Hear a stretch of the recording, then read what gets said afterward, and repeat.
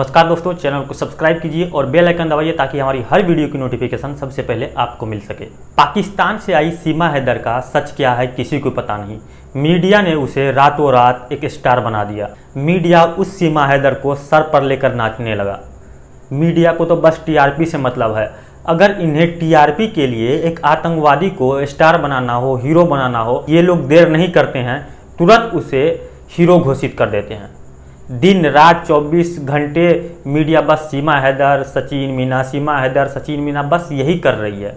और उस दिन से बस मीडिया एक मीडिया चैनल दिन में जाकर 2-3 बार सीमा हैदर के इंटरव्यू ले रहे हैं। मतलब सीमा हैदर को कुछ इस तरह से प्रेजेंट किया जाने लगा कि बस सीमा हैदर ही है जो है, बाकी और मुद्दे इस देश में नहीं हैं। अगर अभी आप जाएंगे टीवी पर या जो लाइव आप यूट्यूब पर देखेंगे तो बस सीमा हैदर हर न्यूज़ चैनल बस यही कहानी सुना रहा है। कल यूपी एटीएस ने सीमा और सचिन के साथ पूछताछ की और सचिन के पिता से भी पूछताछ की कि उन्हें क्या जानकारी पता है। और यूपी एटीएस ने ये जानने की कोशिश की कि क्या तीनों के बयान कोऑर्डिनेट हो रहे हैं या तीनों अलग अलग कहानियाँ सुना रहे हैं। अब इससे अलग अलग अगर कहानी सुनाएंगे तो इससे पता चल जाएगा कि ये तीनों लोग झूठ बोल रहे हैं। अभी तक ये कहानी पूरी तरह से नहीं निकल कर आई है कि तीनों के बयान एक जैसे थे या तीनों ने अलग अलग कहानियां सुनाई। मुद्दे की बात यह है कि ये जानने की यूपी एटीएस कोशिश कर रही है कि सीमा और सचिन के बीच में क्या बातचीत हुई और इन दोनों के बारे में सचिन के पिता क्या जानते हैं, उन्हें क्या खबर है, उन लोगों ने इनको क्या बताया। और बताया ये जा रहा है कि सीमा हैदर से ये पूछताछ की गई कि आपके पास 6 पासपोर्ट कहाँ से आए, आपने 4 मोबाइल फ़ोन यूज किए वो कहाँ से आए, इसके पीछे की ऐसी क्या वजह थी कि आपको 4 मोबाइल रखने पड़े, इतने पासपोर्ट आपको रखने पड़े। और बताया ये भी जा रहा है कि यूपी एटीएस ये भी जानना चाहती है कि क्या सचिन को ये सब बातें पता थी कि सीमा के पास 4 मोबाइल हैं, 6 पासपोर्ट हैं। इस तरह की बातें सचिन को पहले से पता थी, सीमा ने बताई या नहीं बताई। बताया ये जा रहा है कि सीमा हैदर का भाई एक पाकिस्तानी फौज में है और उसके चाचा पाकिस्तानी फौज में सूबेदार के रैंक पे हैं। आखिर एक फौजी की बहन, फौजी की बेटी जो सेना में काम करते हैं, उसके भाई और चाचा वो यहाँ पर क्या करने आई। ऐसा कौन सा प्यार उमड़ पड़ा कि पाकिस्तान से वो इतने सारे पैसे खर्च कर वो इंडिया आई, वो भी इलीगल तरीके से। पहले दुबई गई पाकिस्तान से, दुबई के रास्ते नेपाल, फिर नेपाल के रास्ते होकर वो ग्रेटर नोएडा तक पहुँच जाती है और किसी को कुछ खबर नहीं होता। वो तो भाग बनाइए कि सचिन ने एक एडवोकेट से कांटेक्ट किया और एडवोकेट ने ये बात खोल दी कि पाकिस्तान से आई एक औरत या लड़की जो भी है वो यहाँ पर रह रही है। नहीं तो शायद न हमारी सुरक्षा एजेंसियों को न पुलिस को ये पता चल पाता कि पाकिस्तान की कोई नागरिक आकर यहाँ पर अवैध तरीके से रह रही है। अब सोचिए, अगर वो आ सकती है भारत तो उसके पीछे पीछे कई लोग आ सकते हैं, क्योंकि हमारा और नेपाल का जो दरवाज़ा है वो खुला हुआ है। कोई भी नेपाल के रास्ते इंडिया बड़ी आसानी से आ सकता है। सोचिए, एक औरत 4 बच्चों के साथ पाकिस्तान से दुबई होते हुए भारत पहुंच जाती है बिना किसी के मदद के।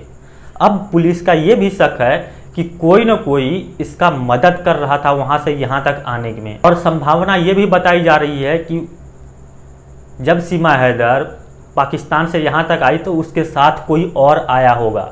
भारत जैसे ही सीमा हैदर पहुँची उसने सबसे पहले अपना फ़ोन तोड़ा, अपना मोबाइल का सिम तोड़ दिया।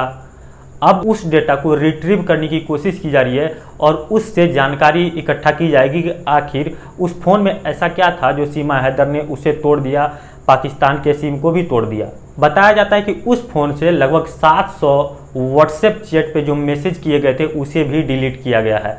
आखिर ऐसी कौन सी वजह थी कि सीमा और सचिन के बीच में जो बात होती थी उस चैट को डिलीट करना पड़ा, या उसमें ऐसे कुछ और चैट थे जो नहीं चाहती कि सीमा हैदर कोई और देखे, शायद इसलिए उसने इस चैट को डिलीट कर दिया। बहुत सारी आशंकाएं जताई जा रही है कि इसका संबंध आईएसआई के साथ हो सकता है।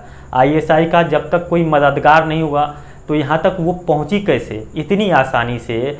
उसे न रास्तों का पता न कुछ को पता, और वो वहाँ से अकेली चलकर 4 बच्चों के साथ इंडिया बड़ी आसानी से पहुँच जाती है। सबसे आश्चर्य की बात यह है कि 5 क्लास में पढ़ी लड़की मीडिया को इस तरह हैंडल कर रही है, उसके हर सवाल का जवाब दे रही है, बिना कुछ सोचे, बिना कुछ समझे हुए, बिना उसके चेहरे पर आप एक भय का भाव भी नहीं देखेंगे, ना उसको देखकर ये लगेगा कि वो डरी हुई है।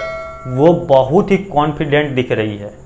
या तो आप दो केस में कॉन्फिडेंट दिख सकते हैं, या तो आप सच बोल रहे हो, पूरा का पूरा सच, इस केस में आप कॉन्फिडेंट दिख रहे हो, या आप एक ट्रेंड ISI के स्पाई हो। दो ही केसों में आप इस तरह से दिख सकते हैं। इसलिए UP ATS ये आशंका जता रही है कि हो न हो इसका ISI के साथ कोई न कोई कनेक्शन जरूर निकलेगा, क्योंकि इसके भाई और इसके चाचा जो हैं वो पाकिस्तान की सेना में कार्यरत हैं। और ये बात शायद सचिन मीना को ये बात पे पता नहीं थी कि सीमा हैदर के भाई और चाचा पाकिस्तानी सेना में हैं। अब 5वीं फेल लड़की को इंग्लिश फर्राटेदार बोलती है, उसे कंप्यूटर भी चलाना आता है, उसे हर क्षेत्र में लगभग जानकारी है। अब सोचिए 5वीं क्लास पास हमारी 9वीं क्लास का जो उप मुख्यमंत्री है बिहार का, अगर उससे एक पेज पढ़ने के लिए दे दिया जाए तो वो घबरा जाता है कि भाई इसमें लिखा क्या है, आधा गलत उल्टा पुल्टा पढ़ देता है। और यहाँ पर एक 5वीं फेल इंग्लिश बोलती है, कंप्यूटर चलाती है, मीडिया को हैंडल करने का उसे तरीका आता है। जब ये सब चीज़ें हो रही है, इतनी सारी चीज़ें हो रही है, तो कहीं न कहीं ये चीज़ें शक पैदा करती है कि हो न हो कुछ दाल में काला है। सीमा हैदर जैसे ही भारत आई वो यहाँ पर हिंदू बन गई, हिंदू रीति रिवाज से सब कुछ करने लगी। वह इस परिवेश में इस तरह से ढल गई कि जैसे उसे सब कुछ पहले से ही आता हो, या उसे ट्रेंड करके भेजा गया हो कि तुम्हें ऐसा करना है, ऐसे दिखाना है, ये सब चीज़ें दिखानी है तुमको। अगर कोई आम सा आदमी आएगा दूसरे धर्म का, तो उसे यहाँ पर एडजस्ट होने में थोड़ा सा टाइम लगेगा। उसके लफ्ज़ों में उर्दू का प्रयोग नहीं होना, जिससे कि पता ना चले कि वह पाकिस्तान से है। ये सब सारी चीज़ें कहीं न कहीं शक के दायरे में सीमा हैदर को खड़ी करती है। यही वजह है कि UP ATS ने सीमा हैदर, सचिन मीना और उनके पिता से पूछताछ की। ये सब देखकर ऐसा लग रहा है मानो कि कोई बड़ी साजिश का हिस्सा हो। पुलिस और इंटेलिजेंस ब्यूरो ये जानने की कोशिश कर रहे हैं कि आखिर इसका कोई ना कोई कनेक्शन कहीं ना कहीं से ISI से निकल कर आएगा। उनको बात पर शक है और उन्हें कोई ना कोई ऐसी खबर मिली थी जिसके आधार पर IB और UP ATS इनसे पूछताछ कर रही है। बताया ये जा रहा है कि IB को कुछ सुराग मिले थे जिसके आधार पर उन लोगों से पूछताछ की जा रही है। अब उसके ऊपर गिरफ्तारी की तलवार भी लटक रही है, क्योंकि अगर ये बात साबित हो जाती है कि यह स्पाई है या कुछ इसका अलग ही मकसद से वो भारत में आई थी, तो उसे गिरफ्तार कर लिया जाएगा। हालांकि पुलिस ने उसे मीडिया से बात करने से मना कर दिया है कि मीडिया से आप बात नहीं करेंगी, क्योंकि जब वो मीडिया से फिर से बात करना शुरू कर देगी तो फिर एक अलग सा माहौल क्रिएट कर देती है मीडिया। पूरे दिन पत्रकार वहाँ पर लाइन लगा के पड़े रहेंगे। UP ATS जब उसका पूछताछ कर रही थी तो पत्रकार उनके घर घुसकर घर में जा कर रिपोर्टिंग कर रहे हैं कि यहीं पर सीमा हैदर रहती थी, ये सीमा हैदर यहाँ बैठती थी, यहाँ पर खाती थी, ऐसी ऐसी बातें कर रहे हैं। उसे UP ATS पूछताछ कर रही है, लेकिन लोग घर पे बैठे हुए हैं कि सीमा हैदर आएगी और हम उसका इंटरव्यू लेंगे। इस तरह की बातें वहाँ पर की जा रही है। अगर कोई भी पुख्ता सबूत हाथ लगते हैं तो सीमा हैदर को गिरफ्तार कर लिया जाएगा और हो सकता है कि उसके साथ सचिन को भी गिरफ्तार कर लिया जाएगा। अब सुनने में ये भी आया कि उसके सिर्फ पाकिस्तान में एक पति के अलावा कई बॉयफ्रेंड भी थे। सचिन एक अलग से था, लेकिन उसके अलावा भी उसके कई बॉयफ्रेंड पाकिस्तान में रहे हैं। तो अब देखिए इंटेलिजेंस ब्यूरो की टीम और UP ATS मिलकर इसके सच्चाई के बारे में पता लगाती है, और जैसे ही सच्चाई का पता लगेगा तो आपको ये देखने को मिलेगा कि सीमा हैदर जेल के अंदर है। बाकी आप खुद समझदार हैं, आप क्या सोचते हैं इन मुद्दों पर।